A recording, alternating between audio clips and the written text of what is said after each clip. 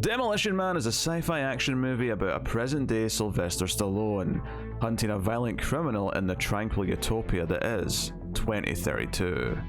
Today we'll discuss revisiting the film, whether its comedy holds up, and most importantly, the three seashells.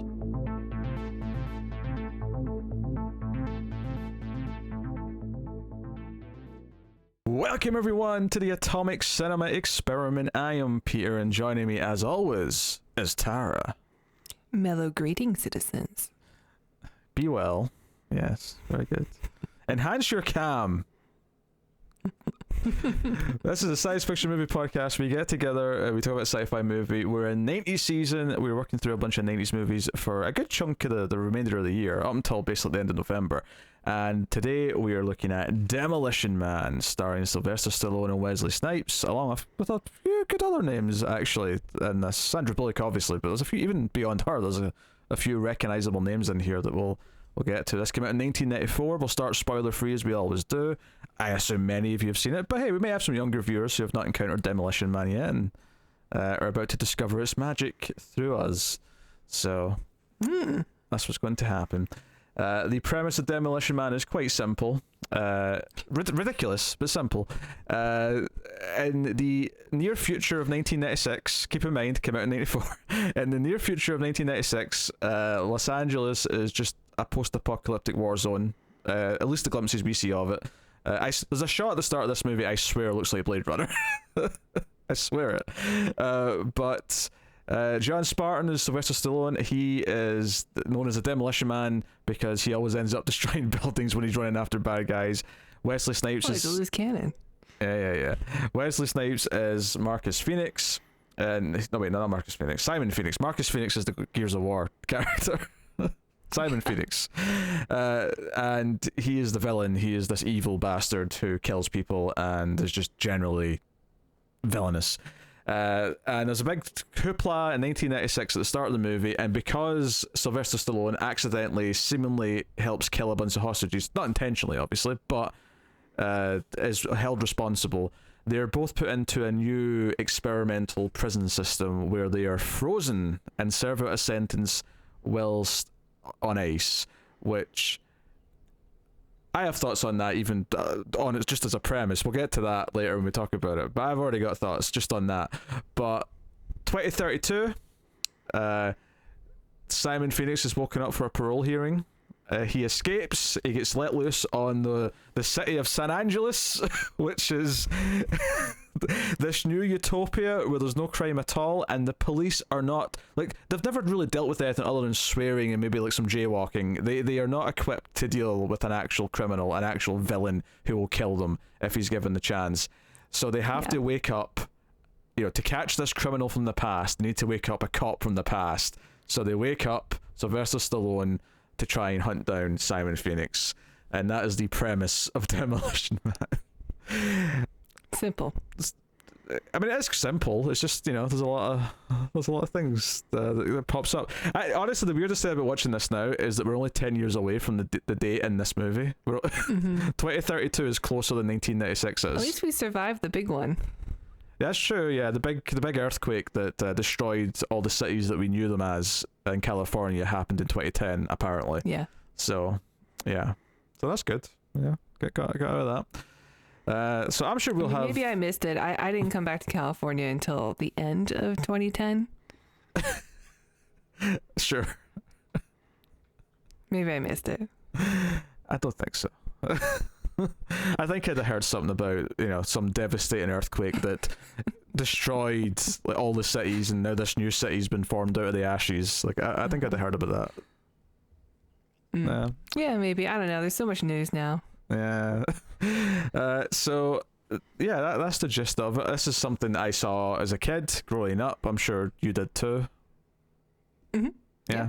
I remember watching it on TV. So this is an old favorite, but it had been a while since I watched it, so it was delightful. People who follow me on Twitter might have noticed I was tweeting out some lines as I was watching the movie, because a lot of them were kind of cracking me up, I'm not going to lie. Oh yeah, they're great. So yes, so as much as I wouldn't even call it a comedy, but there is a lot of funny lines in it. There's a lot of humorous elements to the movie, even though it's definitely sci-fi and action first, and then comedy's like a distant third. It's still very funny. So yes, well, I mean, it's kind of obvious how we feel about it, but I suppose we'll just see if it's changed at all with this viewing. Tara, how do you feel about Demolition Man? I really like Demolition Man. It's really fun. I think that obviously the premise of freezing a man and awakening him to a very different future is always going to be really funny, which is why they made a whole show about it called Futurama. It's like one of my favorite shows of all time. Came after this, might I add. They stole it from Demolition Man, not the other way around. So just putting that out there. Not stealing, it's inspiration. Sure. Yeah, in any case, I think, it's one of the reasons you love Futurama is because you get a guy from our time waking up, in this case, what is it, like 35 years? Whereas in Futurama, it's 1,000 years that he sleeps for. And honestly, like, this movie could have worked with a little bit longer of time than 35 years, I think. It's a bit unbelievable. I'm not quite sure why they picked that amount of time, unless he was going to, like, reunite with his daughter or something, but it doesn't really come into play. So I don't know. Like, why did they pick 35 years? Well, it seems like it's not enough time. Yeah, it's a bit unbelievable in the time span, but I think it's because they wanted at least a couple of characters to have heard of him or like remember him. There's the one old cop who knows who he is, kind of thing. I think that's the only reason. It barely plays a part though. Yeah, it's not a big part of it, but like I really don't care about this. Like, this is not like something that weighs on my mind when I'm watching it. I mean, like you said, we're only 10 years away from this, and we watched this movie when we were kids, so like it's not like enough time has passed. There's more guilty movies than this though. With that, like, like Blade Runner, I feel like we're already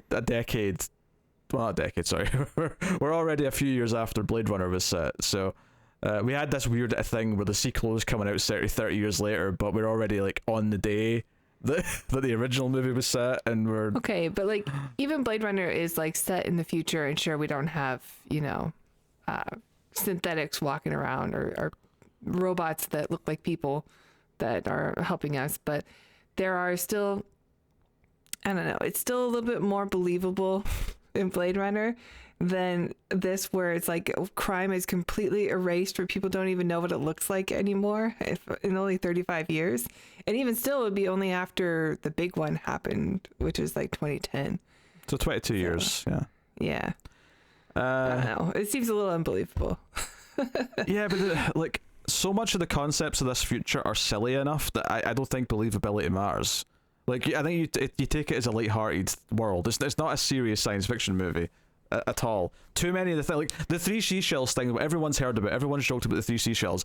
That's just a joke. Like, there's no possible way they actually work, because it's just a joke. It's just a dumb thing to make him feel out of time. That's all it is. And it's like, we don't have toilet paper, we've got the three seashells. How do you use the three seashells? Like, there isn't an answer, because that's the point. That's the joke. Is that, of course there's no answer. But so taken in that light, I don't care that it's not that believable. There's a lot of little things in this that are completely silly that society would form into. Yes, so. I love all the stuff in the future so much in this movie. Even the opening 1996 part feels like oddly apocalyptic. Like, I'm like, oh yeah. Man, a lot happened in 2 years. This is like right after the LA riots, and so LA was becoming the new Detroit in cinema. In cinema, yeah. Because the opening shot is very Blade Runner, and obviously there's no like big futuristic buildings or like flying cars, but the way it looks at the setting, there's like some flames coming up here or there. I'm like, that just looks like the opening shot of Blade Runner. that's what it looks like. And there's like spotlights, and even the LAPD have like tractors that say LAPD in big lettering on the shovel part of the tractor, and I'm like, yeah. Whoa. Like, I'm pretty sure the LAPD doesn't actually have those. This is a movie thing. It's just like Soylent Green. They did that in Soylent Green. They didn't put big initials on the front, though. No. They just had bulldozers come in and remove all the people when they were out of food. That's felt more practical to me though, because they're pushing like debris out the way so that the cars behind them could get through. This at least made sense to me. Whereas the scoops in Soylent Green just felt this is an impractical way of moving people. It's too hit and miss. It is funny when it's not supposed to be funny, but it is funny. It is funny. Yeah, no, I concur. So we got a bunch of other names in this. Obviously, we got Stallone, who's just pure Sylvester Stallone in his prime, quite frankly. I think some people would argue this isn't his prime. They'd say that 70s are his prime or the 80s are his prime. I think... He looks great in this. Yeah, I think this age of Sylvester Stallone, this and in the following years Judge Dredd, I think this is prime Stallone. I'm all about this Stallone. And then he had Daylight the year after that. This is like 90s Stallone's my Stallone, baby. I'm into it. Is Daylight the one under the bridge? That's not the bridge, but the tunnel? Yeah, they get trapped in the tunnel. It's a disaster movie where they get trapped in. Yeah, I like that one. He's like the hot shot who's going to come in and save them all. He's the adventurer. Yeah. Wesley Snipes, who I don't necessarily think is a great actor. In fact, I would say in this... He's pretty great in this. Well, no, see, this is the thing. I don't know if he's actually great in this or if it's just that his cheesy... kind of bad acting just works perfectly in this. You know, it's just a perfect fit because it works that he's kind of cheesy and bad. But he has a lot of really goofy like villain lines and stuff, and the way he delivers some of them are pretty like, you know, silly. But it works in the context of this movie. It works. So I love it. He's definitely memorable. But Sandra Bullock, she's dressed as the same year she did Speed. So this is kind of like her other big thing from that year, I guess. Also, peak Bullock. Yeah, also, wasn't While You Were Sleeping like around this same time as well, I want to say? Oh, maybe with Bill Pullman? Yeah, I want to say that was almost the same year as well. Probably, yeah. So she had a lot of big things. Her performance in this is like, again, like you have to sort of look at it through the silly lens because right from the get-go, like the amount of like naivety and like just earnest that she is like so unbelievable, but it after like 5 minutes you start to get into it and you just sort of, okay, this is kind of charming. She's so adorable in this. Yeah, she's very adorable. This might be my favorite Bullock. Your favorite Bullock in Demolition Man.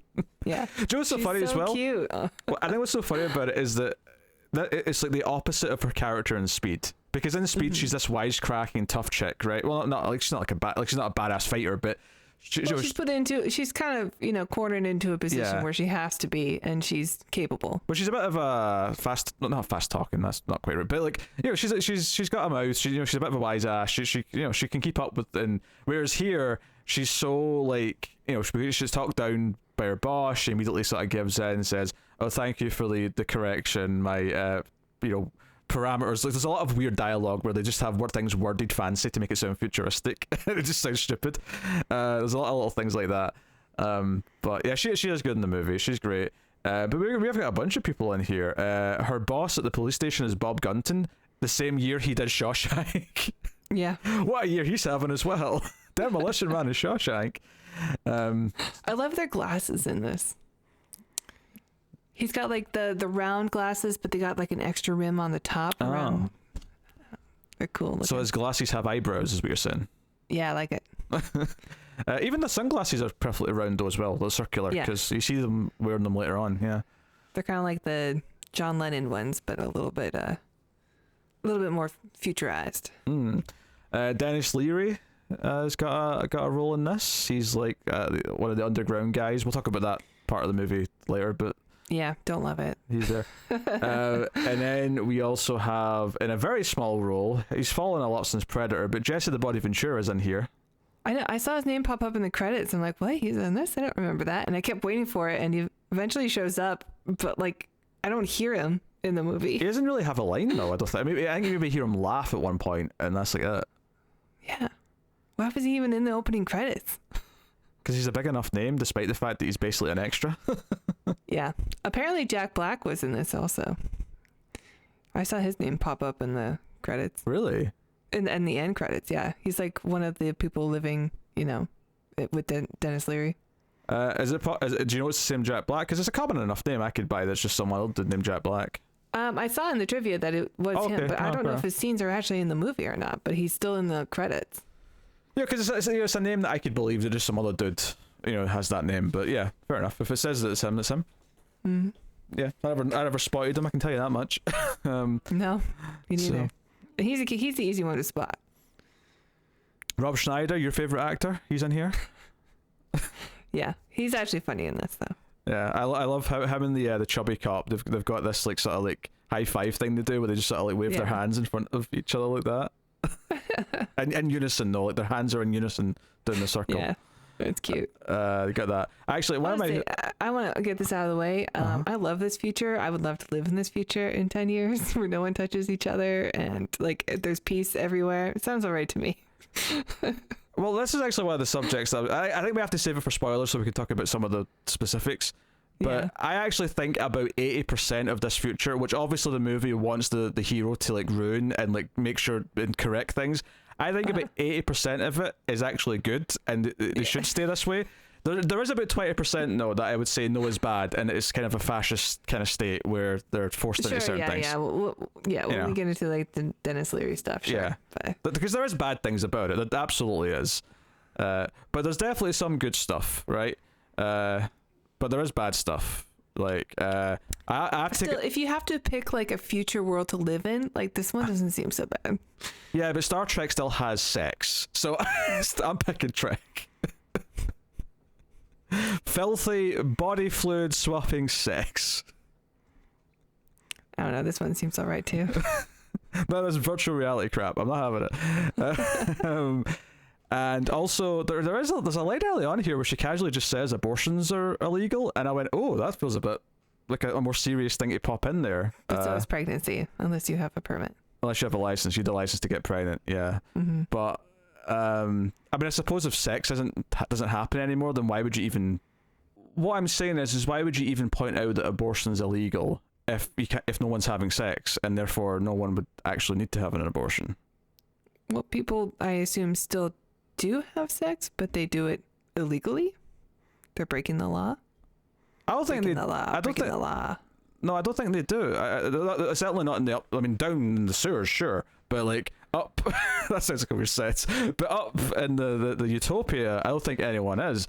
Because she says that the way people have kids is they go to a lab and they like go into test tubes, and the scientists make it all happen. I don't know. I think it all makes sense the way that it's set up in the world. Yeah. But anyway, that stuck out to me as being, honestly, I was sort of struggling to think about exactly what the politics of this movie was by the end of it. Ultimately, I don't think you're supposed to think about it too much, and it's not really trying to say anything, but... I mean, I think it is trying to point out that this future utopia is a little bit, how do I say this? Like anti-80s politics, like... a bit more of like people want to have no guns, but like it's no fun in the future then. So if we don't have violence, then we don't have fun. So I think it is a little bit right leaning. Like this is supposed to be their version of Starship Troopers. Like see what happens if we let the leftists win, you know? No, you're probably right, because there is absolutely bad things about this future which kind of come from like the way it's controlled and how it exists, and some of the things that people aren't allowed to do. Like, there should be more freedom for certain things than this world allows. But yeah, there is absolutely things like the fact that no one has a gun, where I went, yeah, that sounds pretty good. This is a good part of this future. Yeah. So, like, there was definitely things in this future where I'm like, a good chunk of this sounds all right. Like, there's like I say, about 80, I'll even say 2/3 sounds good, 1/3 is outright bad. Right, I'll say about that. So yeah, well, it still seems to be a capitalist future. Yes. They don't really go into it too much, though, to be honest. No, not really. They don't really mention it. We only know it's a capitalist future because there's fines for swearing, so they must have money. Otherwise, they couldn't pay their fines. They say credits, yeah, whatever that means. Yeah. Well, it doesn't matter what the currency is. It's credits, fine. It's a different currency, but currency's currency. They're getting paid something. Sandra Bullock's been paid something for her boring police job. But there is definitely times, though, when her character says, oh, I'm so bored of there being no crime to like fight. I want to be in an action movie. And I'm fine with that because it's a movie. And I'm like, yeah, that's, let's get to the fun. But in a real world... She's got a Lethal Weapon poster on her. But in a real world context, though, all I could think was, no, this is good. You shouldn't want crime. We shouldn't want crime just so that police have something to... If we didn't need police and we could just get rid of them because no one committed crimes, it would never happen, obviously. But if that was a thing, then great. Yeah, it sounds okay. We could do something else with those people, something productive. I don't know.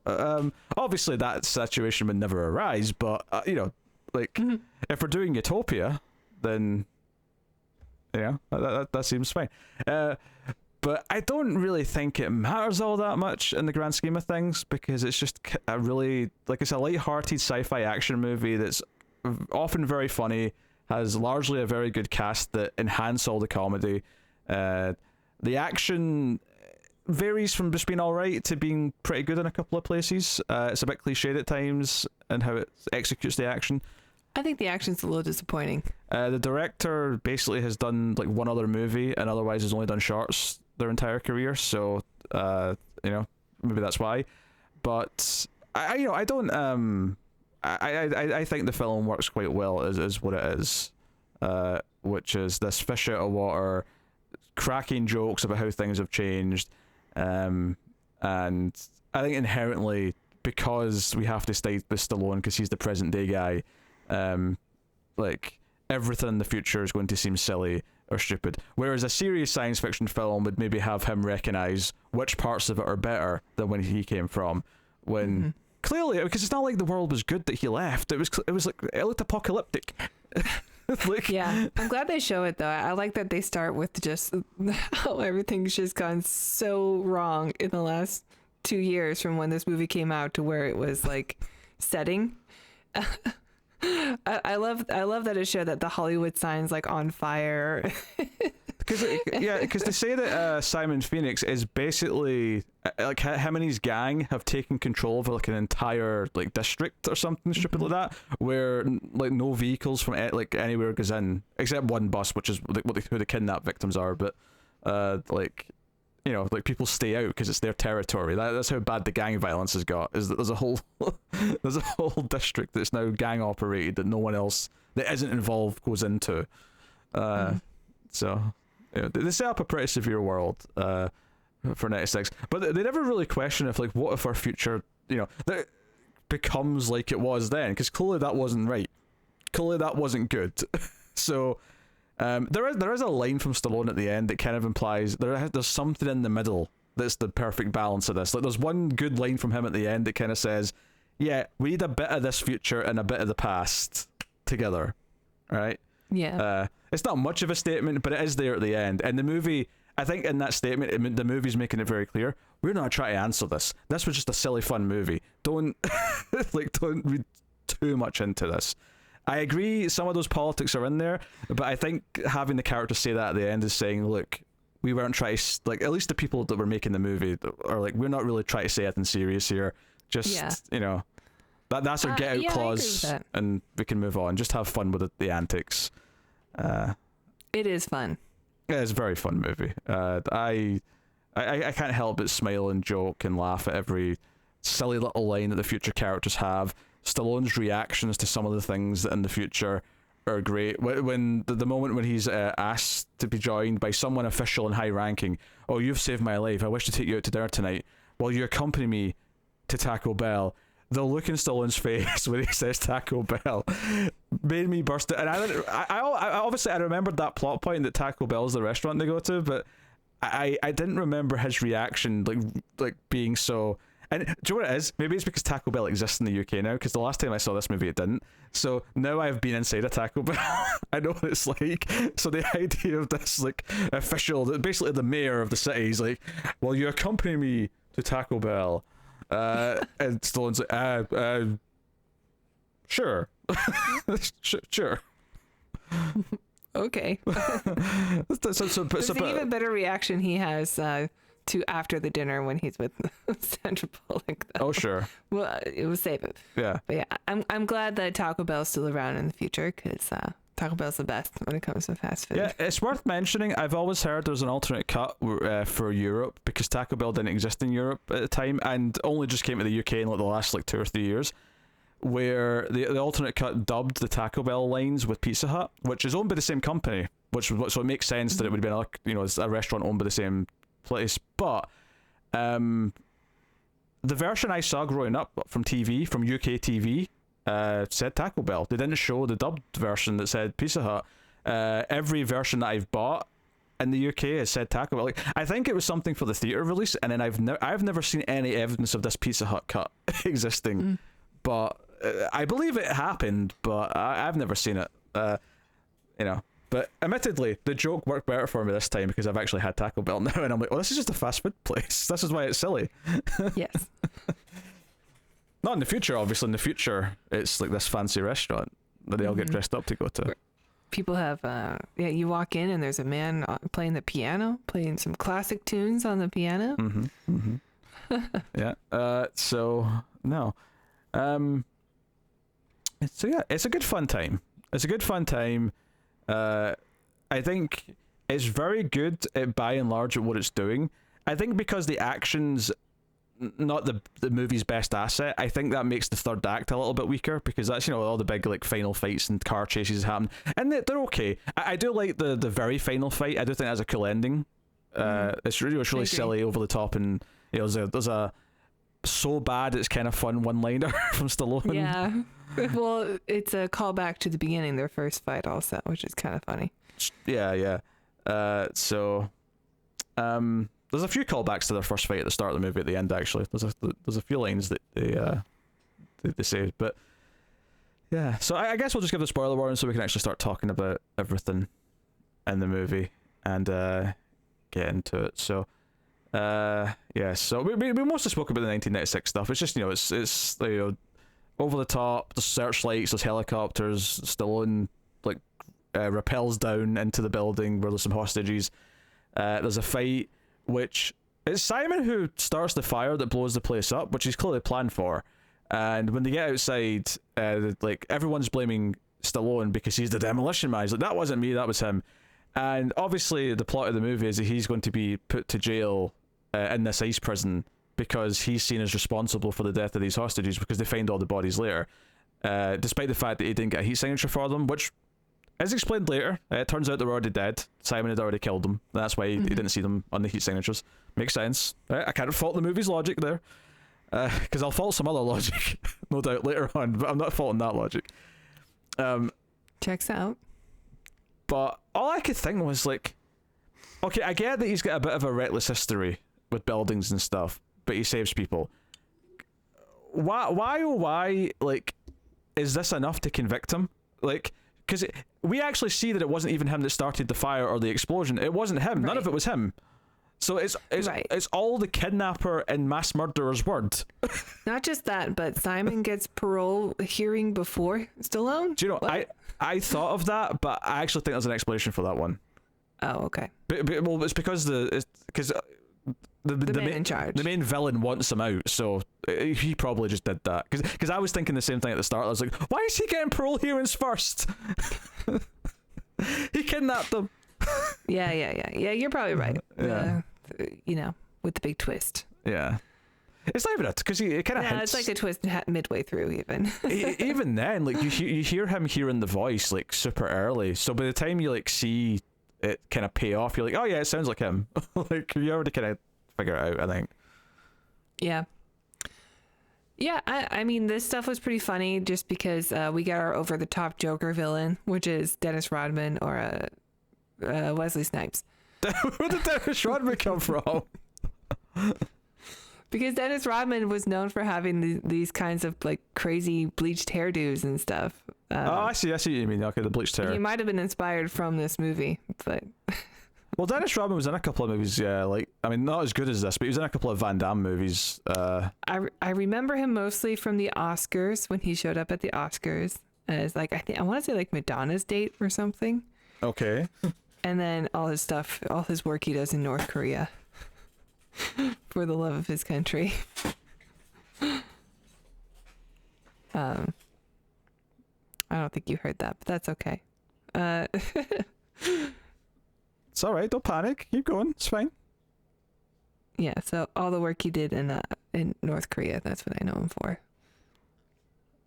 That's all I wanted to say. Okay. Oh, but also the okay. So Wesley Snipes is playing with gasoline in this burning building. There's fire everywhere, and he's cut a barrel of gasoline so that it drips all over the place, and then he's got a flame right up to the gasoline, which doesn't ignite it, even though it's probably, I mean, I guess I don't know for sure, but it's gasoline, so I questioned that. Should be some vapor in the air. Yeah, I questioned this as well, that the way he was holding that blowtorch next to the floor covered in gasoline, I thought, that seems close enough to set it off, but... Plus, the whole building's already on fire. Like, there's flames all around them before it even goes up, before he even, like, lights it. Movie logic. And then when he does light it, like, it's no big deal, even though there's a pool of gasoline. I don't know. I don't know if gasoline's flammable or explosive, but I'm pretty sure it's explosive, right? Or is that just movie science, like, getting in the way? I've never thought about the difference between flammable and explosive before, so I don't really know the answer to this question. But I see what I can see what the distinction is. But this building blows up like it's got napalm, like.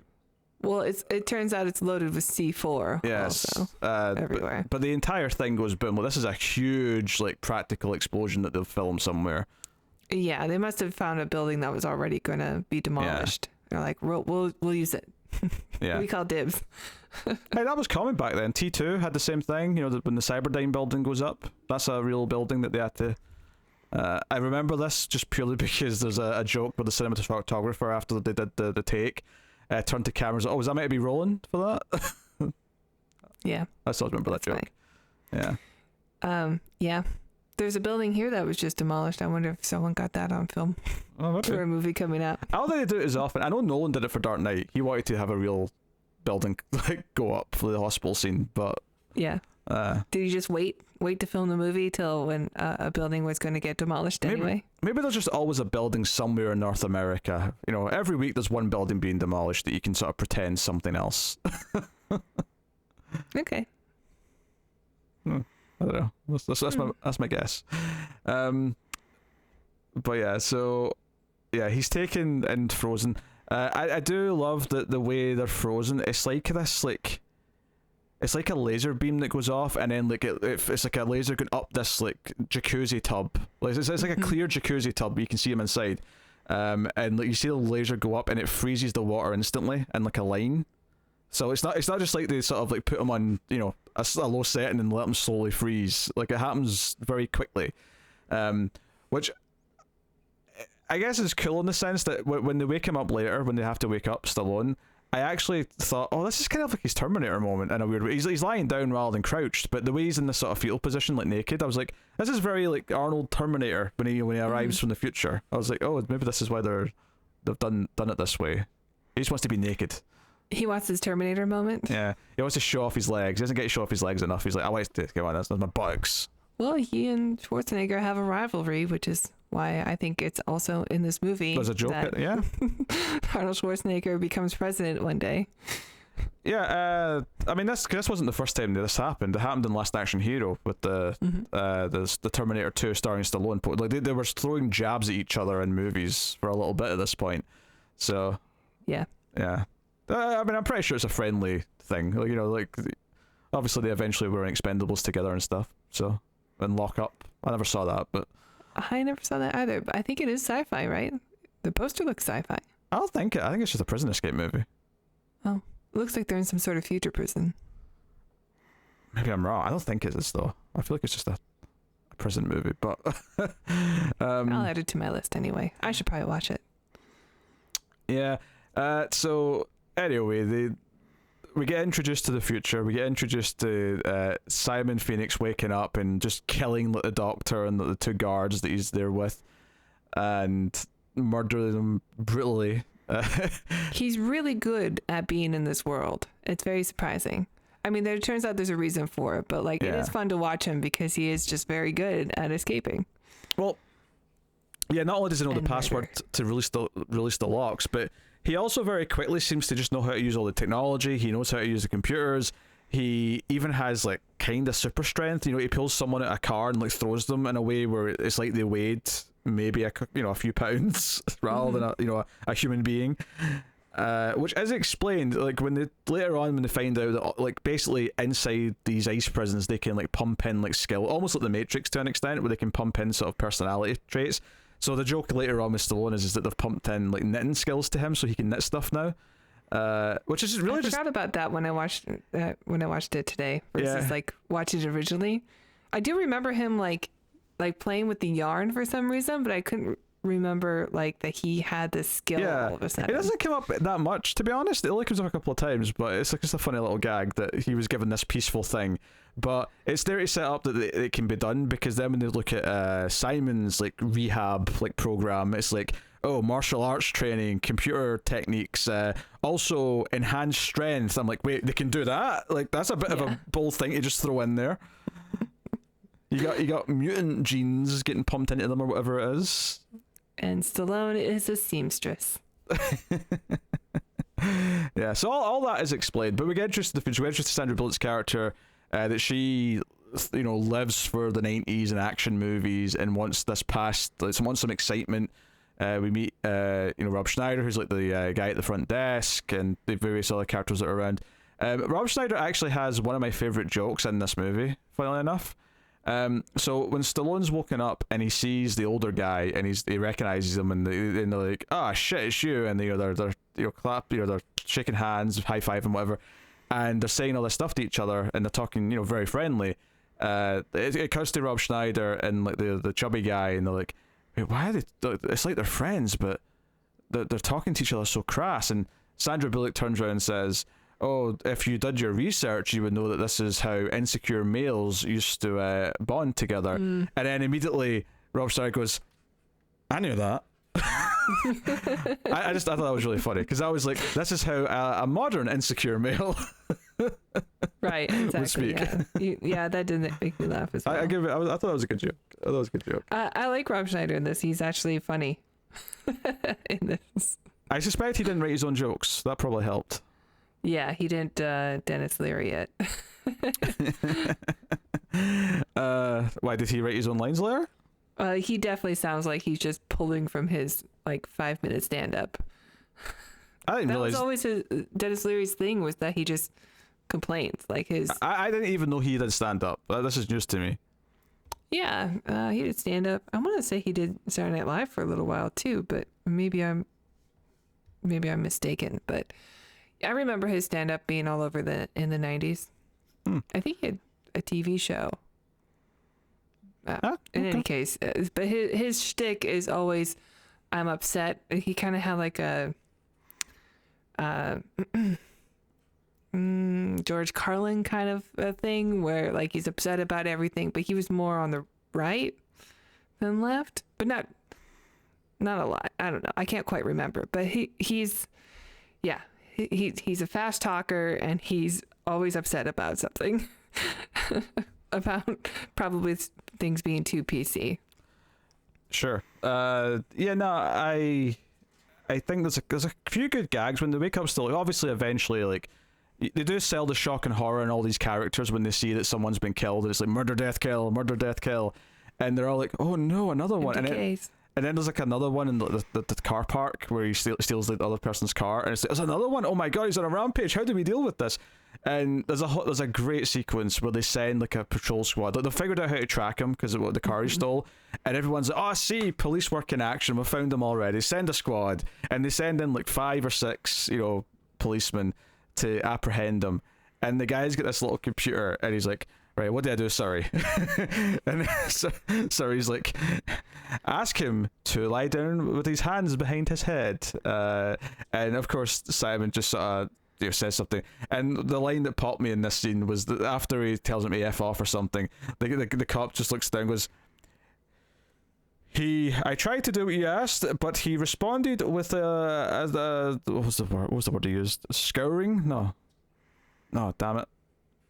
I'm going to look. I tweeted it. I'm going to check. I'm going to tweet what the line was. But Scornful. It was a scornful remark. That was it. That's what made me laugh. Yeah, this cop is hilarious. Yeah. I think there's a line, it might be from Rob Schneider again, where that really made me laugh too, about how like we're police officers, we're not equipped to deal with a murder or something like with violence. Yeah. They also actually, I just looking at my quote here, they kept referring to him as the maniac. It's like the maniac responded with a scornful remark. It was the exact line. It just really made me laugh because it was so silly. Other great line, just since I'm looking at these, because I'll forget to mention this later, when Sandra Bullock sees Stallone in action later on, she comes over and says, "You're better alive than you are on Laserdisc." And I went, "Oh, that's dated. This." They thought Laserdisc was the future. Well, she's got 90s nostalgia. She probably has a Laserdisc player. For her Lethal Weapon 3. Aye. But yeah, so it's a really funny scene where obviously he just like tears through the cops like they're nothing, and then that's when Sandra Bullock's like, you know, we need a cop. We need someone, or I think it's actually the old guy, because the old guy, of course, remembers who used to catch these guys, because they're asking him, how did you catch him before? And he's like, well, we did all these things. We need a maniac cop. But essentially, I'm just kidding. You know? Essentially, that is what it is. We need a maniac cop to catch the maniac criminal. That's essentially the plot of the movie. And it's like, we need John Spartan, and Sandra Bullock's like, John Spartan, I've heard of him. And actually, Spartan, what a great name. Yeah, it's such a movie action hero name, isn't it? John Spartan. But John says American, yeah. One of my favorite laughs of the movie as well, actually, is when they're doing research on him and they're watching this clip, and he's like holding a little girl that he saved, and the reporter's like, John Spartan, Detective Spartan, you've built down a multi-million-dollar mall to save a girl who the hostage fee for was only $25,000, and the little girl goes, F off, lady. It's like, I love every single time Stallone swears, and you just hear in the background this sound. You've been fucking one credit. It's not even just him. Wesley Snipes as well. Like he's doing it all over the place, and you hear it like when he's right next to it. You hear it like when it's further away in the room, or like in another room. You can still hear it faintly in this sound every single time he swears. It's so great. It's so consistent. And it made me crack up every single time. Yeah, no, I really like these little clips. If I have any complaint about the movie, really, is that I don't actually think it being called Demolition Man feels that important to the character. Like they say that he's always demolishing things, but in the opening sequence of the movie, it's not him that demolishes the building, and we get these little news clips, but it's mostly just talk. We never actually see him do it, really, except for maybe the ending, I suppose. But he is supposed to be like this this classic trope of, you know, a loose cannon, a cop who doesn't play by the rules, and doesn't care about the damage so long as he catches the criminal. And it's a thing that we see in movies still even today, where they're like, can you really get away with like destroying a mall to save one person? And I just think the title sounds ultra specific, like a superhero name almost, and I don't think he actually does that much demolishing. Also, it doesn't really tell you what the movie is. Oh, not at all. Which I don't think is a bad thing. I don't think every title needs to tell you what the movie is. Like Silence of the Lambs does not tell you a goddamn thing about that movie, and it's a great title. Okay. I guess it's a book title, so I think maybe in the book it's a bit more prominent. Maybe I know there's like a story. It's in the movie, but you wouldn't know that before you see the movie. That's the point. Like, it doesn't tell you anything about the movie. Yeah, I guess that's true. The although I do think there's a little bit of Silence of the Lambs influence here. We got it. You know, we need a maniac to catch a maniac. They got to get help from a prisoner. It's a bit of a stretch. I don't know. You don't think so? That's a bit of a stretch. It's nothing like that. We gotta go get our Hannibal Lecter to catch Buffalo Bill. If Silence of the Lambs had Hannibal Lecter like being let out to go and like, you know, try and bite him, then I'd agree with you. Well, without the cannibalism. Well, no, because it's more of a consultation. If she just went to a cell and talked to Sylvester Stallone and learned from him, then I'd be like, yeah, it's exactly Silence of the Lambs, but in the future with like, you know, silly shit. I think it's a little bit there. It's a little bit like know. They're sending the pretty lady to go talk to go get the guy who's the expert because he's of this time, and they think somewhat alike because they're from the same time. No, it's a little bit. I don't know. It's a bit of a stretch to me, but okay, whatever. I don't know, if you can think it if you want. It's a bit of a stretch. That's all I'm saying. So one of the things that what I want. One of the things that cracked me up. I think it cracked me up not because it's necessarily funny on its own. It cracked me up because it's Sylvester Stallone, and it feels very un-Sylvester Stallone. is when he shows up at the station at the start and the chubby cop goes over to do his like, you know, non-touchy handshake thing, and Stallone grabs his hand, but he doesn't just shake it or whatever. He does like the, you know, the like that, and then the fist pump. But like he does the whole like, you know, multi-tiered handshake. I'm like, that's not a Stallone thing, which is what made it funny to me. It's like I can't see Sylvester Stallone doing that ever. I don't know, maybe with his buddies. It's just, I don't know. It's just not a Stallone thing to me. But you know, maybe it is. Maybe he loves doing that all the time. I don't know. But I felt like I went through that when I moved to California when I was a kid, and like everybody would be like, "Hey, what's up?" And then they put their hand out, and I wouldn't know what to do, and I just either shake it or I just kind of give it a sideways high five, and they go into the next thing. I'm like, I don't know what to do. I'm out. Too much. I guess we're not friends now. It's too complicated. I can't be doing it. I don't know what to do. Yeah. But that really cracked me up. All of this conversation early on, and him just like his reactions to everything. There's no meat. There's no this. There's no that. And I'm sure you love the no meat part, being vegan. But yeah, his future seems okay. But there's lots of things that I can't get behind the no salt though. Like, come on, food's got to have some flavor. No, salt's horrible. I hate salt. Like I'm all on board the no salt train. That's so weird. Salt sucks. Salt doesn't add flavor. It just adds the flavor of salt. It enhances the flavors with salt. No, it doesn't. No, you just taste of salt. My favorite food. Salt sucks. I hate salt. That's why I never steal fries from people, because people put salt on them. I'm like, no, I don't want it. I mean, usually they come with salt on them, but... Aye. Well, I'll specify no salt if I can. Oh, okay. Yeah, I'm serious. You think I'm kidding? I'm not. I need to go let the cat in. So talk about... I guess it's the museum stuff that's next, really, because they sort of like, he's going for a gun, trust me, and he's like, the only place you could even get guns in a museum, and then Stallone's like, well then, let's go to the museum, because that's where he's going. Yeah, the museum scene is pretty funny. In order to find the weapons, he has to go to it's not history of, I think it's just like the Hall of Violence, and it's full of like racks of like shotguns and pistols and rifles and like, I buy that there would be a museum with all the guns there. What I don't get is why there's ammunition and why they're all functioning. Like, I also don't buy, like, I mean, I like that we get to see Wesley Snipes' skills in doing his judo kicks and stuff to the glass. I don't understand why throwing a person would be better than just his own like monster kicks that he's able to do. I agree with that sentiment, yeah. But apparently throwing a security guard who's barely a guard. Who, by the way, has the infamous line, what seems to be the boggle? What seems to be the boggle, sir? What's your boggle?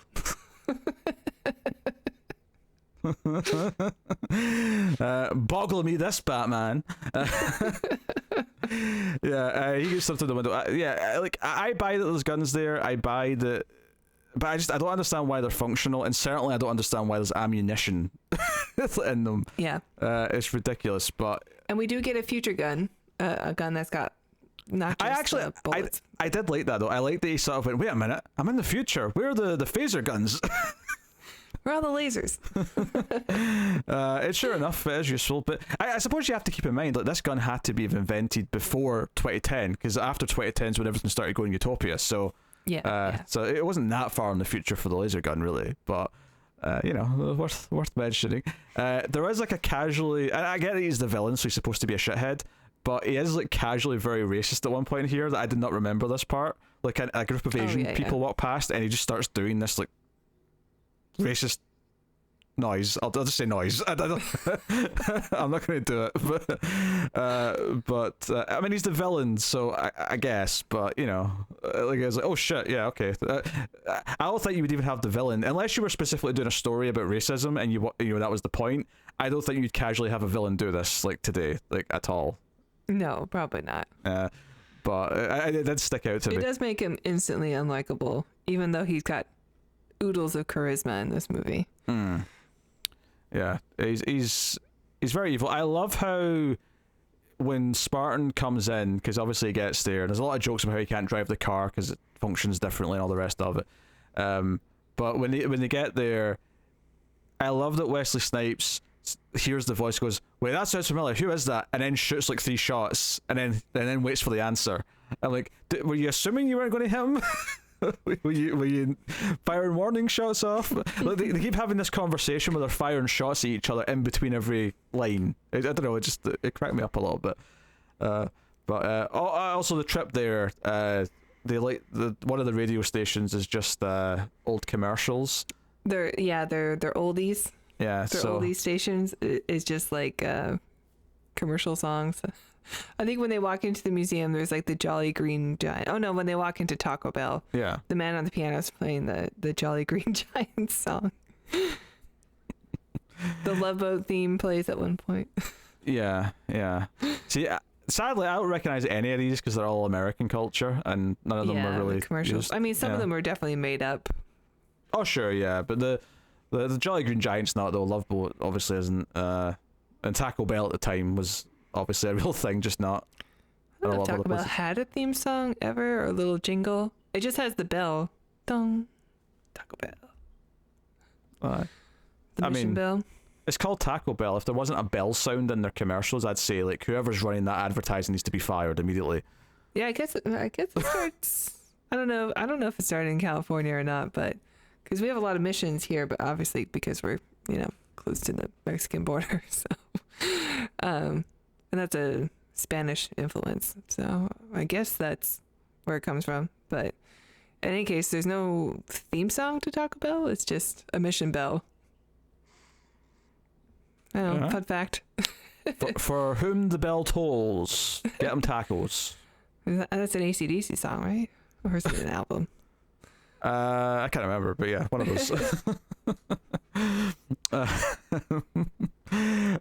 a bit of actually. It's kind of a fun location though, because they've got like the basement area. This museum. There's like a preserved section of like a 90s street that was like there from the earthquake. So like they walk over. Yeah, they fall into it when they shoot the glass and stuff. So we get like an action scene playing out in this like, post-apocalyptic like part of a 90s street. I don't know, it's a fun little visual difference to the rest of it. It's almost like the first time they have a fight in the future, it ends up in like a setting familiar to them, but then when they fight again at the end, it's going to be nothing but futuristic stuff. So there's an interesting, just to make them feel different. I appreciate that choice. Yeah. It makes sense. But we find out, obviously the villain, the mayor dude, he's behind it all, and the reason why he's woken him up and given him all these skills is he wants him to kill Dennis Leary's character, Edgar Friendly, because he's the leader of the rascals who are round about stealing food and graffitiing on things. Do you know what he is? He's very like the villains from Hot Fuzz. He's very much just like a bigger version of that. I don't really remember the villains from Hot Fuzz. But it's like the town council who like don't like there's like a human statue who keeps showing up in the plaza, and like that's just an outrage. Like this guy's here. It's very much the way this guy talks about the graffiti. It's just like an HOA thing. Yeah. So no, I don't know. I got a chuckle at that, but that sets up some plot stuff, and it's just whatever. I mean, I suppose you may want to talk about Sandra Bullock's many mispronunciations of sayings. Let's go blow this guy.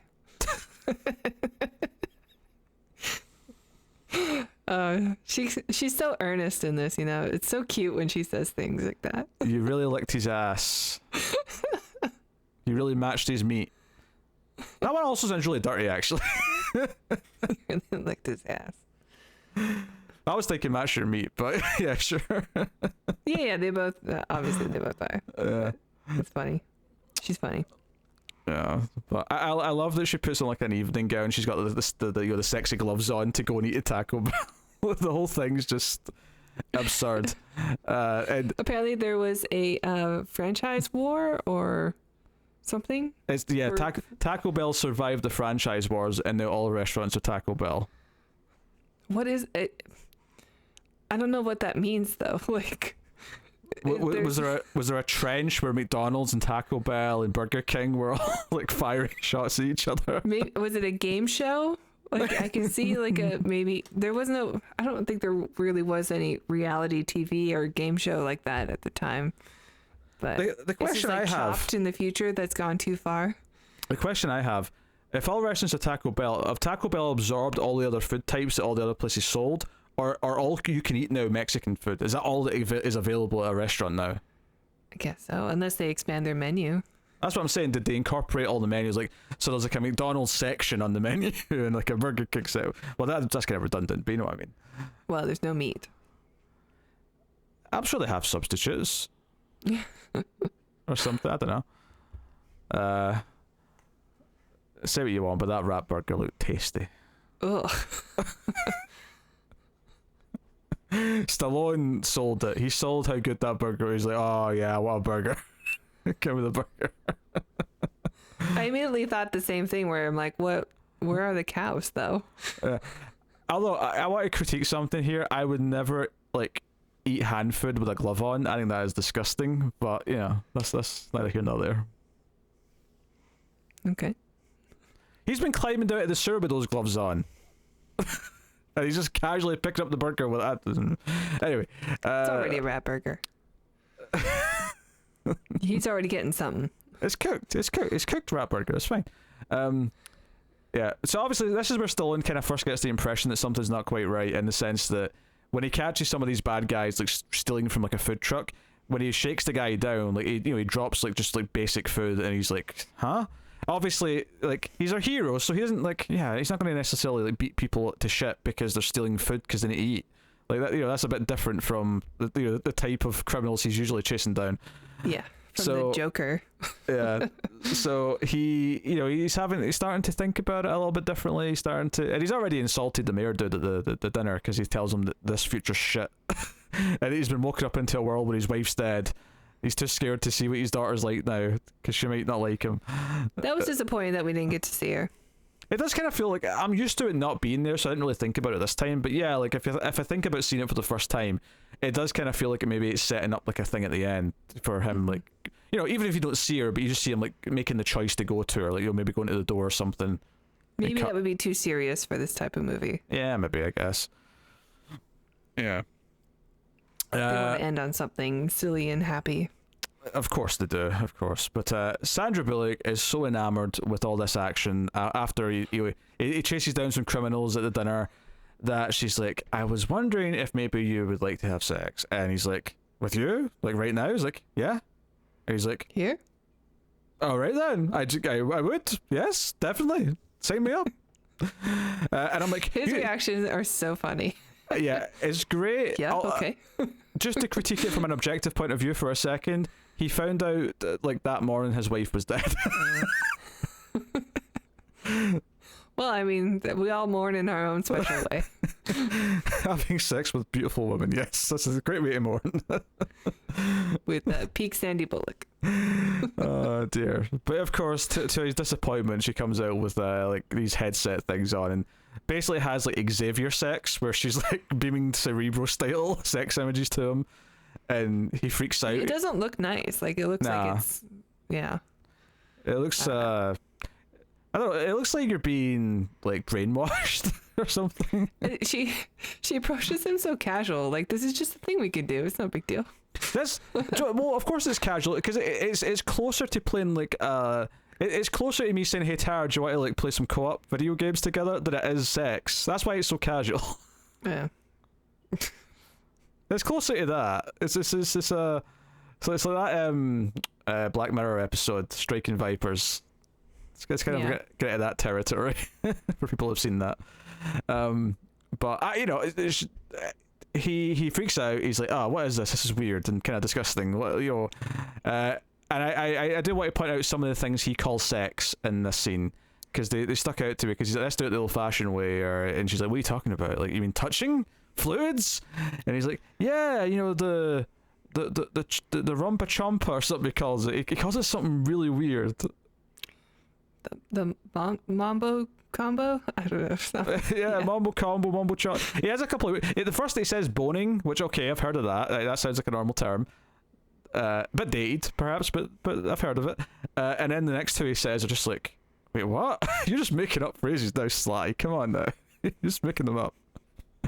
He comes from another time. Maybe we've just never heard of him. No, he's supposed to be the one that we can recognize all the time. It's the future characters that are meant to say silly shit that we don't understand. Yeah, it's a super silly scene, but very, very memorable. Definitely something that you remember from watching this film, even a long time ago when you didn't know what sex was. Yeah, and he gets upset when he finds out kissing is also illegal because he was a good kisser. He's very upset by that this. was kind of cute, actually, his line delivery. Yeah. It felt like he genuinely believed that. He tries his luck anyway. He goes in for a kiss, and he thinks he's being kind of hot and sexy when she's like, "What are you doing?" He's like, breaking the law. And do you know, it's just for a second because it's breaking the law. Yeah, just for a second because it's Sylvester Stallone saying the word law. I'm just like Judge Dredd. I'm hearing Judge Dredd. Breaking the law. It's okay. I am the law. So he tries to kiss her, but she steps away from him and says, "Go, you disgust me." No, she doesn't say it like that though. Oh, because yeah, okay. she says it super like it's not a big deal. Like, I would like for you to leave my domicile now, or something like that. Yeah, but she they're pointing at the door. Yeah, but she is upset though because she calls him a barbarian or something like that. She like all throughout the movie, like Bob Gunter's character and some of the others have been saying things like he's a barbarian, he's like, he's a caveman, he's uncivilized, but she's been sticking up for him the whole time. This is the only time in the movie where she says something like that because she feels like, oh, he's made me feel like I'm weird and different now because we've had this miscommunication here. But I do, what, props to Sly for thinking that he's going to get her to like completely abandon what she's grown up with her entire life as being considered the right, like, appropriate way to be intimate with someone, just with a bit of charm. Turns out it'll only take another day or two, but still, like, he gives it his best. I'm surprised he didn't give the virtual reality thing a second go. Like, okay, well, let's see where this goes. Yeah, that's true. Yeah, if you'd be like, well, yeah, okay, I'll take the consultation prize. Okay, give me the VR thing. Maybe it's great. Let's see how it goes. He does get a cop a look at someone else though. Yeah, that's funny. Randomly, do you know what it felt like? It felt like Warner Bros. Put a note in saying we want at least one pair of boobs in this movie, and they went, "Oh shit, we've not done it yet. How do we squeeze in a naked woman?" Someone gives them dials the wrong number and phones them, and they're topless. Right, done. Yeah. That said, though, it's worth it for Sly's reaction, where he's just kind of like, which that happens here. Which is it's kind of wild because you don't imagine the world where no one's touching each other is the world where someone is like giving someone like a sexy phone, like a video call where they're just topless to start with. I mean, that could lead to the virtual reality, I suppose. Yeah, you have to be in the same room because again, like playing a video game over the internet, is it not just like like there seems to be like they have to wear a helmet thing that's connected to a thing to transfer the thoughts, I suppose. All right. I'm just saying that feels like you could do this remotely. There are rules established here. I'm picking them up. Yeah, this awful future. Yeah, seems okay. It's awful. It's absolutely awful. I can't get on board with this at all. That said, smoking being illegal, I can get behind that. That is a fantastic future that I would happily live in. Anyway. Yeah, so next day he apologizes and gives her a jumper that he's knitted for her, and it's like oddly sweet, and I'm like, this feels oddly done, Sylvester Stallone. And then they get in the car and they have the conversation that we can find out why he's able to do this and so on. This is part of his rehabilitation, is that he has to learn a hobby that's very neutral, and I guess it's programmed to his personality and what he's actually would be very good at if he gave any interest in it. Yeah, give it a try. Turns out to just be knitting. He's a very good knitter. He makes a sweater for her overnight. He does. My grandma used to do that for me, and it would take months. And he admits as well that like as soon as he woke up he had these urges to like knit things. I love that. like oh god, he's been suppressing them this whole time because it's not masculine. Honestly, like if you wanted to do like a more like you can still have it be funny and still have a lot of the same jokes, but I suppose like an even better version of this movie is if you veer a bit more like Galaxy Quest, where there's actually a good message in the story, and perhaps you could do like something about masculinity and like how he views himself and how the world views him. You could probably tell quite a like, I'm fine the way it is, but like you could probably make an even better movie. Movie could use a little bit more of that, honestly, though. A little bit more tongue in cheek, and well, maybe not tongue in cheek. Well, it would take it out of B movie, because right now it's a B movie, and it's a really fun B movie. But it would take it out of that into, you know, just great if it did something like that. Yeah, if it was about something. Yeah. Maybe if this was a Verhoeven film, if he got the script, you know. It's not cynical enough for Verhoeven. I don't know. I think it could be up his alley if he got Demolition Man script and then had his dirty little paws in it. I guarantee you that VR sex or almost sex scene would have been a lot kinkier. Oh, the whole movie would have been kinkier. Sex is outlawed, which is why everyone feels comfortable walking about topless. Yeah. Great. There's no touching. No more tan lines. Nice. What am I thinking of where someone goes, no touching? Oh, it's Arrested Development. It's the Yeah. visit at the start of Arrested Development in the prison. That's what I'm thinking of. No touching. That's great. Yeah. Of course, while he was knitting, he watched the security footage and saw that the mayor dude is a villain and clearly he's up to something with Wesley Snipes' character. So he insists they go there to confront him, and he shoots all of his little screens. But one of the stupid little future things that we haven't mentioned yet is that the mayor, when he's having like a conference, he has like, everyone's not there, but there's like these like podiums with screens at all the chairs, and they all turn to follow him whenever he's walking around. I love that. It's so stupid. I need more of that, actually, in this movie also.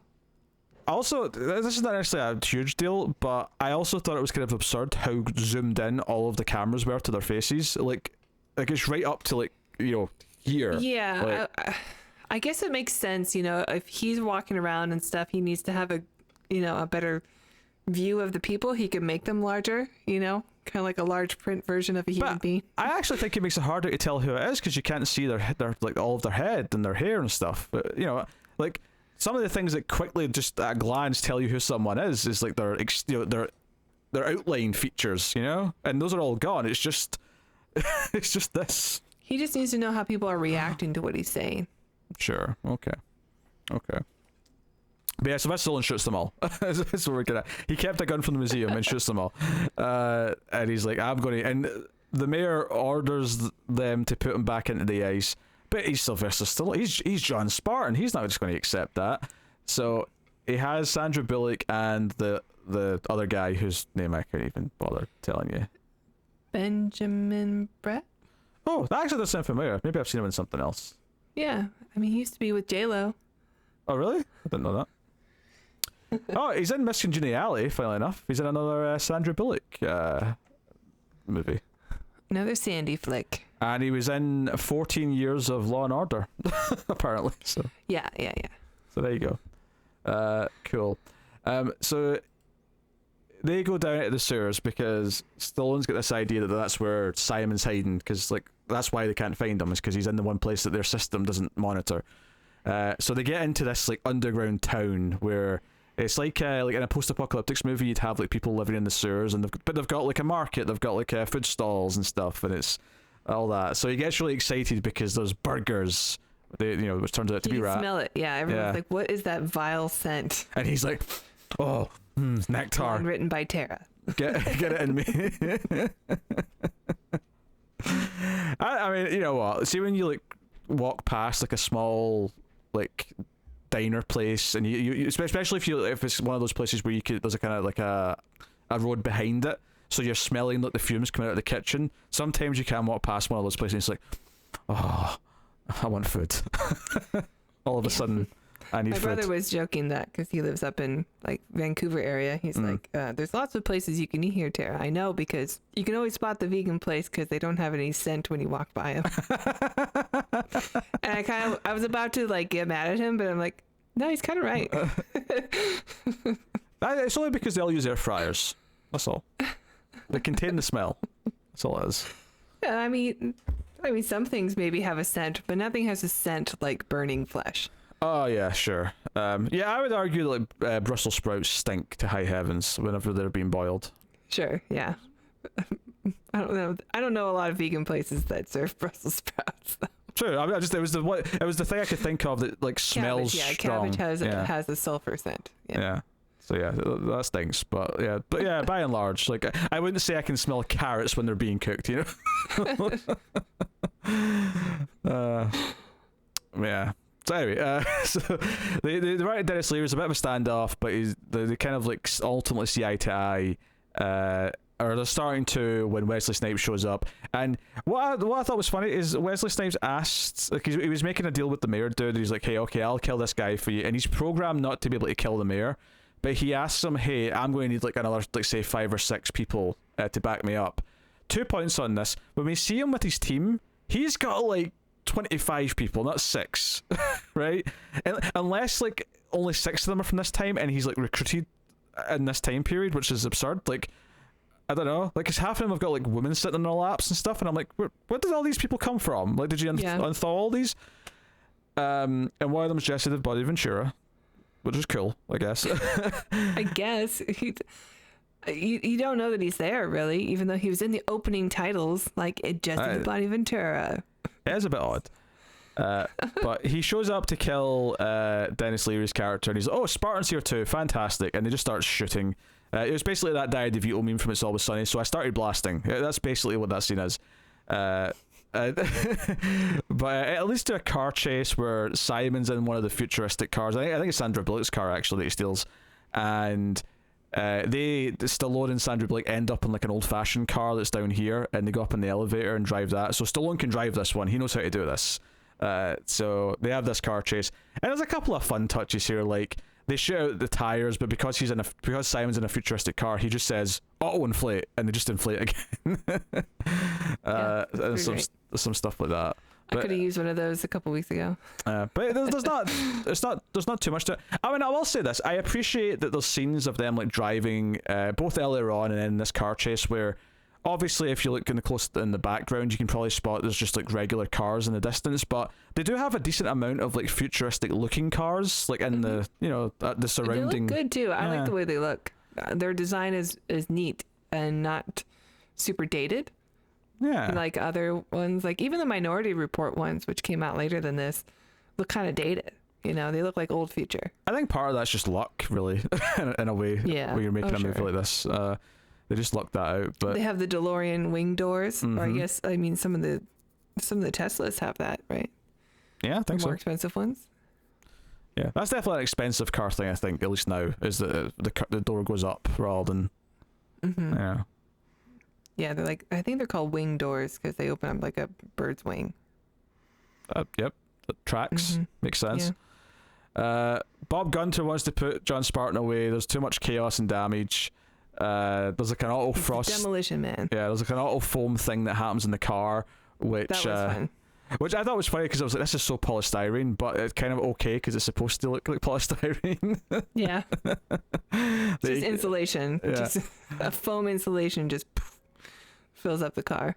Yeah, so Sandra Bullock gets to like be the road cop as well because she tells her boss to suck it and goes with Stallone. Not quite though. She says you can take this job and shovel it is the exact sentence she uses. So cute. So yeah, so they go back to the ice place. So it turns out his big plan, and at this point he's already killed the mayor dude. Basically, this is so stupid. The mayor didn't think to like program all of the other people he was waking up to also not be able to kill him. Did that not seem like a smart idea? Because all Simon does is he goes, "Hey, Jesse the Body Ventura, kill him for me, will you please?" He hands him a gun, and Jesse the Body Ventura goes, "With pleasure," and shoots him, and that's it. I'm like, you're an idiot. And that was his paycheck. That was his paycheck. That was Jesse Ventura's paycheck for this movie. That was his biggest moment by far. So I do not understand like the stupidity of the main villain, but Simon, his plan is to go back to the ice prison and open all of it and get all of the bad guys. In fact, he even references Jeffrey Dahmer as one of the people in the ice prison. Who's so hot right now. Topical just by happenstance because of the Netflix show.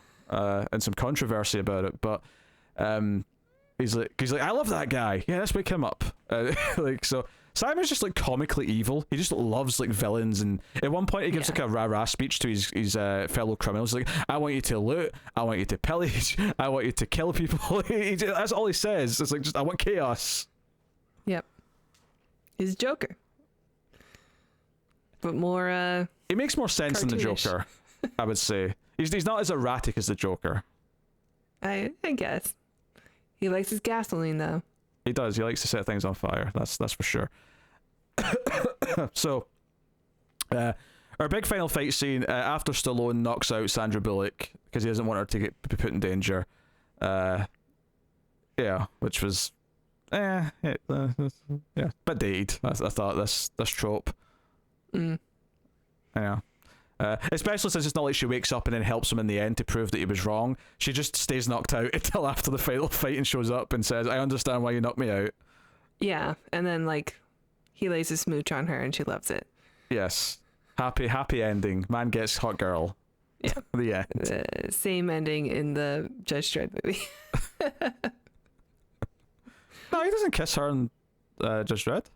Yeah, they do. They kiss. Do they? I thought we talked about that because it was kind of like this. They didn't really have like this relationship, and then it's like weird. Okay, what they sure. do at the very end. That's what I'm thinking. I'm thinking that it felt platonic, and I just forgotten about the kiss. But yeah. Okay, if that's a conversation we had, then fair enough. Yeah. Well, at least these two have chemistry in this film. You know. Well, I mean, it's clearly a hinting room. I mean, at the very least, Sandra Bullock asked for some sex at one point. So that's set up. But it's future sex. Future sex. It's different. It could be platonic. Yeah, but at the end of the movie, clearly she's open to it because she's like, "Oh, are all bodily fluid exchanges as good as this?" And he's like, I guess better. he was a good kisser. They're better. And she's like, better? Oh no, my. The downside to this, though, is I'm pretty sure there's not going to be a lot of contraception lying around. If the sex has been outlawed for a long time, they're going to have to get creative. Yeah, better get those permits ready. Get the crisp packet ready. The what? It's a bad joke. Okay. It's Scottish humor I don't get. a chip bag for you, I guess. Oh, okay. It's funny because it's crinkly and like it would be immensely uncomfortable. Oh, okay. I thought you were just like making up or like telling me a slang for condom. No. It's an old like juvenile joke. If you don't have a condom, then get the joke being that the guy's willing to do anything to have sex, so he'll just use a crisp packet. Is the joke. No wonder you don't like salt.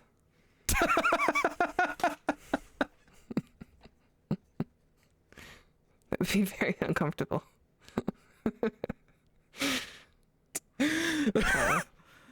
Oh, I'm fine. I'm fine.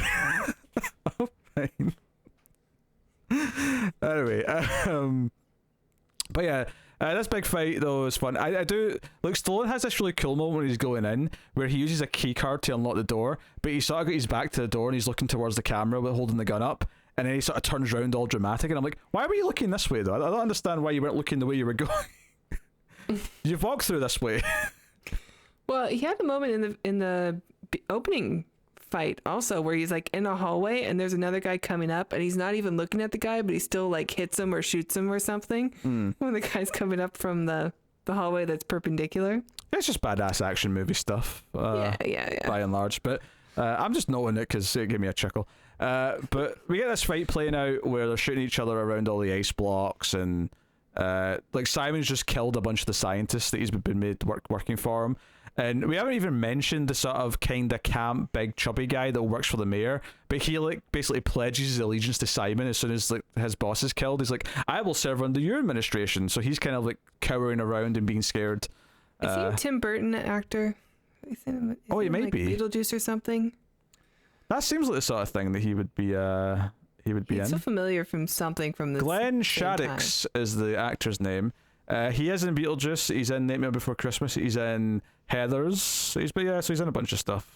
He does look recognizable, to be fair. Like he seemed familiar to me as well. I couldn't have told you what he was in, but well, I freaking nailed it. Yes, you did. Have some points. You can keep salt. I'll let it exist just for you. Thank you. That's your prize. For my potatoes.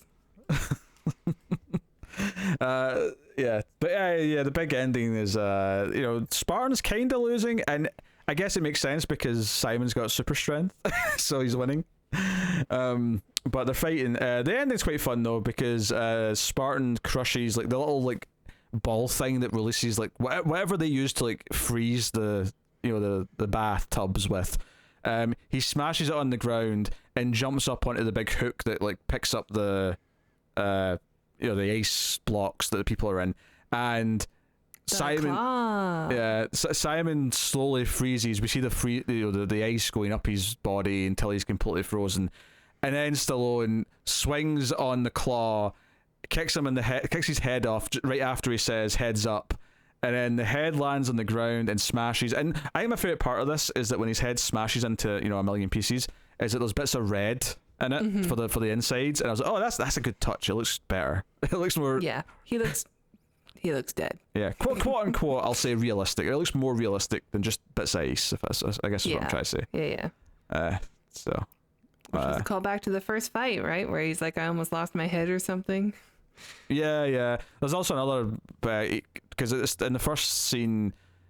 Simon says, "Is it me or is it cold in here?" And then Stallone says that in the ending fight. He goes, "Good memory," even though it was only like a couple weeks ago.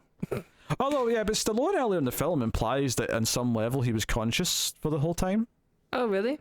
Yeah, because he says that at the dinner table. He talks about how he had this like 36-year nightmare, and I guess it makes sense that they'd have to experience it because otherwise, like, because the brain can't be dead. They've got the little doohickeys on their brain and heart. But even as a punishment, though, like if they just wake up and it's like no time has passed to them, is it really that much of a all in the fact that maybe people they knew are dead? Like they're not experiencing the punishment. They're not. Yeah, they're just time traveling. Yeah. So it makes sense that on some level they are kind of conscious of what's going on. It's like being in a coma, I guess, for 36 years. Which Wild. It's a fun idea. Yeah, the movie doesn't really try to answer or even ask many tough questions. There is the one moment when they come out and like Dennis Leary and all these guys have came to help, and Bob Gunter's complaining that their civilization's going to fall apart now because you've destroyed everything. And Stallone says, like, between you and Dennis Leary, like, you're two extremes, something in the middle between, I think, is perfect. Work it out. And then he just walks off with Sandra Bullock. like, I feel like that's just a quick way of it saying, right, this is no real answers here. This is just a bit of fun. Just, that's it. That's all you're getting. Which is fair enough, by and large. For this movie, sure. Oh yeah, like if this was a more serious movie or if it was actually about something, I would expect more from it. I'd expect it to take some kind of stance, but because clearly the idea that everyone's being controlled and like the way that the villains like try to like exterminate people who don't conform to his society, like super evil and villainous and fascist and all the rest of it. But then there's other things like no crime sounds not bad. If this were Verhoeven's film, he would have taken a stand. I agree with that because he doesn't know how to not take a stand. I think would it be an even better movie if it had more of like an opinion and something to actually say? Yeah, sure. As it is, I think it's just meant to be light entertainment and it's very good at that. So I have no real problems with it. And I was a little bit worried. Oh, am I going to like recognize things in here that I don't like? And for the most part, I don't think it is. I think it's just like there's some things that kind of fall into like, like politics that I don't agree with, but I don't really think it's trying to promote them. I think it's mostly just, It's saying like you should be somewhere in the middle, I suppose. Yeah. If it is taking a stance on anything. Yeah, because it doesn't make any effort to like really try and fix either side. Either group's like thing. Clearly both are a bit off, so maybe a lot off, you might say. But there is obviously things about this future, that we absolutely like agree with. Like, no guns sounds great. No crime sounds fantastic. But if you're doing that by making everyone zombies and giving them no choice in anything, then that's not so good because it's not really. Sure. Yeah. It's not real at that point. You're just making zombie slaves. Well, I don't really. Yeah, you'd have to have. You should also have to be able to feed everybody and not have people wanting for food or just like whatever the hierarchy of needs thing. You know, the bottom thing should be covered. Which just reminded me, actually, so when Dennis Leary's explaining why he does what he does, and he's saying he wants to do, drink this, he wants to eat that, he wants to do this. One of the things he says in his list of things that he says he wants the right to do, I want to cover my body in Jell-O and run down the street naked reading Playboy if I feel like it. And I'm like, that is very specific. Yeah, that's where he goes full Dennis Leary stand-up. I'm pretty sure he just improvised that. Probably. I imagine every take might have been a different set of things that he said, and then they just picked whatever one they liked the most. This is the right time for the outtakes to be played during the credits, but they had a missed opportunity there. Yeah, I guess even though it is mostly a silly movie, I guess they felt like they didn't want that. I will say, just from a structure point of view, it's kind of the song that plays is kind of silly. Sure, but like I was going to say, from a structural point of view, I do think it's to give a sort of constructive criticism. I do think it's kind of weird that a lot of the smaller characters just disappear and don't come back after like the first half. Like Rob Schneider is gone; you don't really see him again. Same with the chubby cop. Same with the older cop that knows Sly at first. Like same with the daughter that's brought up. They don't like we never meet through her with that. Yeah, we never meet her. But I'm talking about characters we actually met. Like a lot of them just disappear and don't come back up again for the second half of the movie. And not that I'm expecting them to have big arcs or anything, but it's the sort of thing where I think most movie scripts would try to include them. Like maybe like when they're trying to get in somewhere towards the end, they would call Rob Schneider's character, say, "Hey, you have to open something for us." So it would get him involved a little bit, even if it's just from the desk, just to get them involved in some way, so that they have to like be part of it. So that's a little bit weird. It's not a big deal, but it did stick out to me because I actually kind of liked those characters and wanted a little bit more of them. So. Oh, I definitely, I really love the first half of this film a lot. And the second half takes a bit of a dip just because it's mostly action stuff, and the action stuff is fine. It's fine, but it's not great, yeah. Luckily, we still have Sandra Bullock for most of it, although she does disappear for the last, action scene, so that's unfortunate. That is a shame. But apparently Stallone enjoyed working with Rob Schneider so much that he brought him with him to Mega City 1 for Judge Dredd. I am the law. We've got a lot of potential, you and I. We're going to go off and do a movie together. Yeah, I don't know. Good times. So, yeah, there you go. That's Demolition Man, pretty much. Yeah, pretty much. Yeah. There's some fun concepts in here. The general idea of freezing people as punishment didn't make a whole lot of sense to me, although at least if they are kind of experiencing it in some way, then I guess it does make sense. I suppose it's better than capital punishment. Yeah. Well, I think what's funny about it is that, one, it's lucky that the frozen prison place didn't get hit by the earthquake too badly, so no one got lost in the transition. Oh, did they blow up the cryogenics prison, though, at the end of this movie? At the end. A bunch of people die? Aye. And there could be, Stallone was innocent, so there could be other innocent people that were killed. Shouldn't he go to jail again? That is absolutely true. Well, I wonder if it wasn't like the whole building, though, because it felt like it was just essentially where they pulled them out for processing. Maybe like there was a frozen person in that room when they were fighting. But that was one of the really bad ones that Wesley Snipes was about to wake up. I'm thinking that maybe that was Dahmer. I'm thinking that the sort of rows and rows, I presume, that exist of the containment are like in a different part of the building, and that was probably not affected. Because it wasn't like the whole it wasn't like the building at the start where the entire thing just like blew up into pieces. This was more like this room kind of went and all the windows blew out. It wasn't like, oh, there's nothing to walk in anymore. So... Do they only send like the really bad criminals to be frozen, or like if you get a light sentence, do you have to spend like 60 days frozen? Well, that seems excessive, right? Because that would be expensive. Yeah, but no one's been killed since 2010, so no one will have been sent here in at least 22 years. Yeah, but okay. Because they say in the movie that the only crimes they really deal with are a bit of graffiti, some like drunken disorderly maybe. I can't remember what she said, but she lists like 2 or 3 things, and it was all just little small things. Banned. Yeah. Well, okay, it wasn't alcohol then, but yeah. So anyway. It's an amusing world to be in. It never feels real because it's too silly. Because part of what I was thinking is, okay, okay, this is San Andreas, but like, is the rest of the world like a utopia, or is it just California? Like, you know, because if other parts of the city or the country are still like they used to be, then wouldn't it make more sense just to bring in a cop from New York or something to come and do this? Yeah. Yeah. And is the rest of the world involved too? Yeah. You know, basically have like, it's like a Beverly Hills Cop plot, except instead of Detroit to Beverly Hills, it's Detroit to San Andreas. Nice. And it's more of a utopia. Which, in a weird way, Beverly Hills Cop is kind of that idea, just in a much more grounded way, in that, you know, he's from this like awful city, and he doesn't play by Beverly Hills Cop's rules and things like that. But obviously by the end, they learn to love him. But do you hear like all the casting that's happening for that new one that's coming out? Like they're getting everybody back. yeah, I saw an image on set of Judge Reinhold and the and Taggart. Does Yeah. he still act? I didn't think he did, but I guess they paid him enough for that. I mean, I guess he was in an episode of Arrested Development. You realize that was like 15 years ago now. Well, maybe he'll come back, you know. Arrested Development was like 2005, 2007 or something like that. Let's do the judge's sons. The Judge's Sons.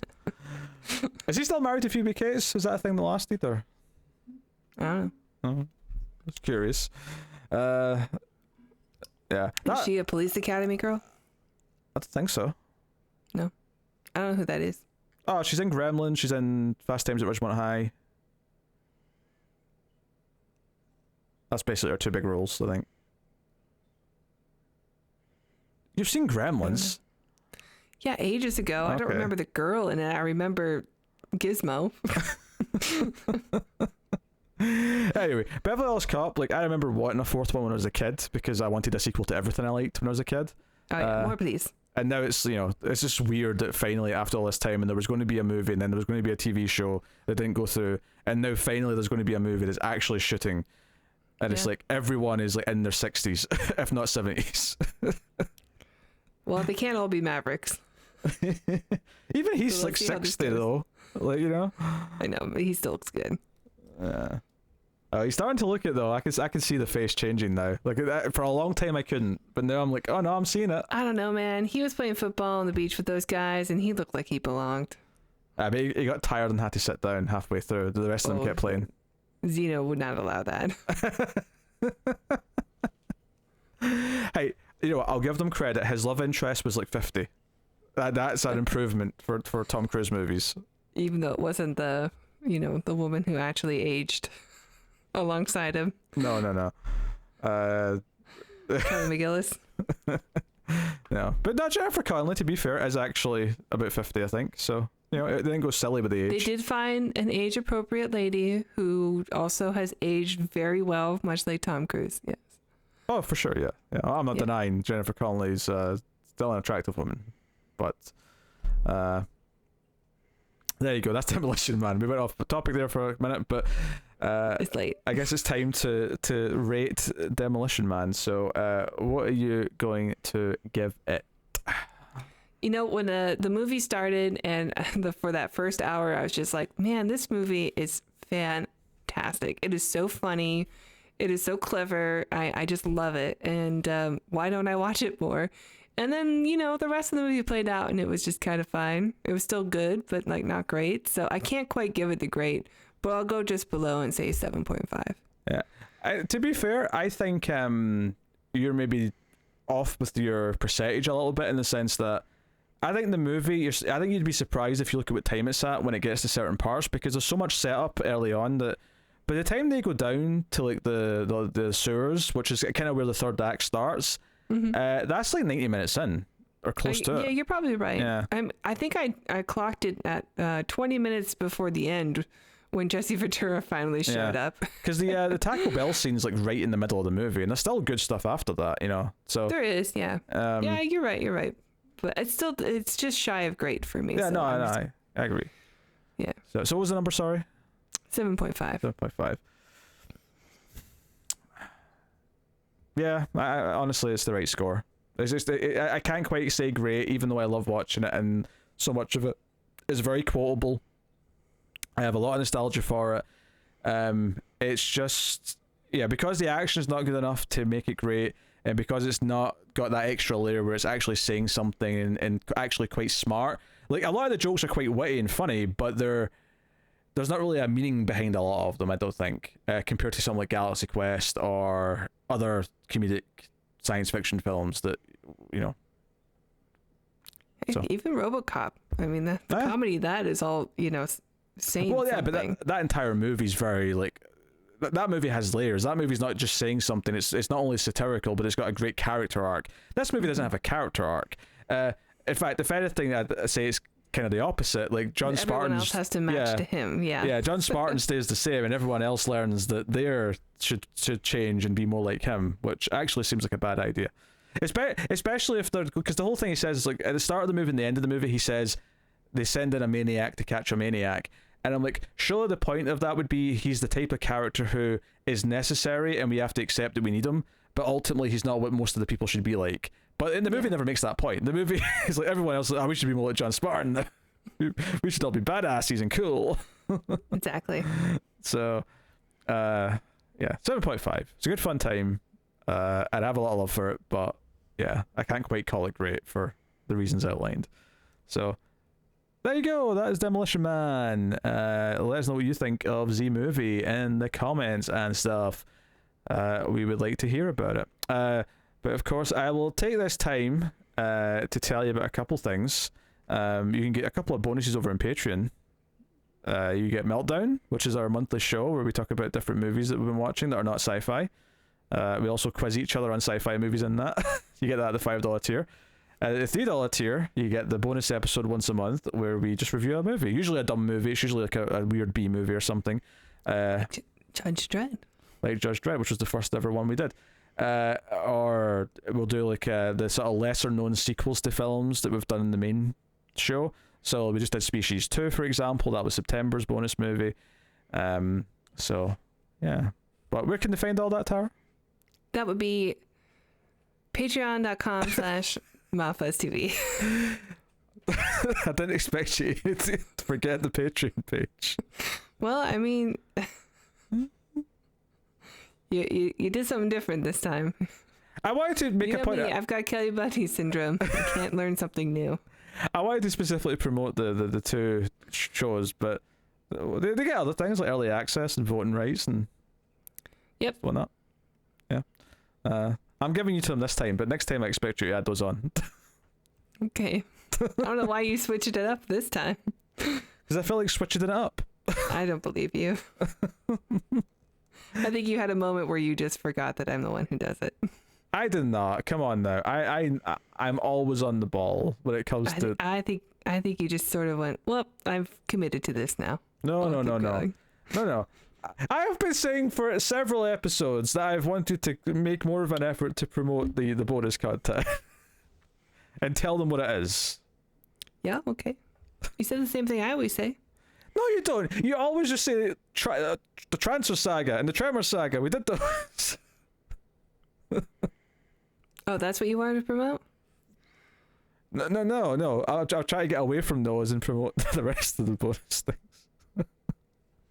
I thought you were talking about Meltdown. Yeah, Meltdown. I wanted to promote Meltdown, and I wanted to promote maybe the most recent bonus episode. I always forget what we do. I know. I'm starting to worry that the people think that we only have 5 bonus episodes because it's the same ones you always tell them about. Yeah. Tremor sequels, Transfer Saga, Species, Philadelphia Experiment 2. Yeah, there's actually like 40 plus bonus episodes now, so yeah, go and peruse at your heart's content. And some good standalone ones like Rotor and Extra. Extras. Oh, Extra was good. Yeah. I mean, not good, but good. Yeah, it was good. Bad good or good bad, whatever way you want to talk about it. I wouldn't say it's a bad movie at all. I don't remember exactly what I said, to be honest, but I remember overall feeling positive about it. So, The Brain. Mm-hmm. Yes, that Did was. we do another thing with David Gale? Yeah, the Guyver. The Guyver. Was that bonus? Yeah. Okay, yeah, The Guyver is a good one. Yeah, Guyver was fun. So there you go. That is the show. Of course, you can also support us by hitting the super thanks button on YouTube. You can also like, subscribe, ding the bell for notifications. Follow us on Twitter at Screams Midnight. Help spread the show around to new people, and rate us highly on iTunes or wherever you get your podcast from. I'll also take this time to thank our Patreon producers for the month. So thank you very much to Tyler Hess, Cindy Palacios, David Sharp, Bornow, Christopher Moy, David Brown, Al Tradesman, and Alison M. Fordyce. So thank you very much to all of you and all of our patrons for help keeping all the content coming.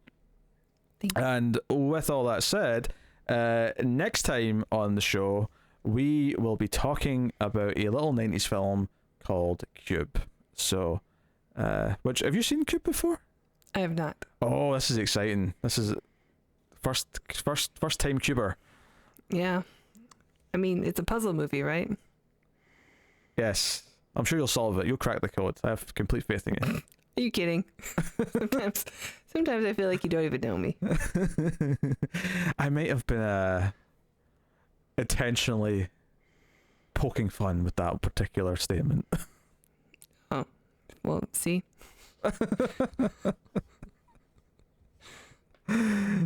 So yeah, look forward to that. But that's thank you very much once again for watching or listening. We always appreciate it. Keep watching science fiction and computer at Salsa.